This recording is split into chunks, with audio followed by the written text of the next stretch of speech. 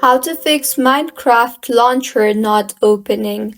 Hello everyone, I am Bishaka and welcome to our channel. I will take you through the step-by-step process on how to fix Minecraft launcher not opening.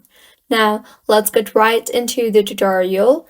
Minecraft is one of the most popular games but has its share of issues. One common problem is that the Minecraft launcher won't open.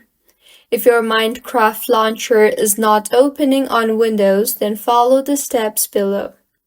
The program requires administrative permission to access system resources. So the solution is run Minecraft launcher as an administrator.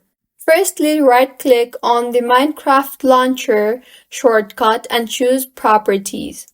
Next, tap on the Compatibility tab and further check on the checkbox Run this program as an administrator.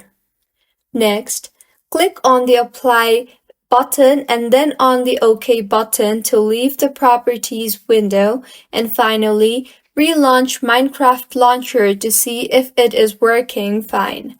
So, this is how you can fix Minecraft launcher not opening. If you find this tutorial helpful, please like the video and do subscribe to our channel for more contents like this.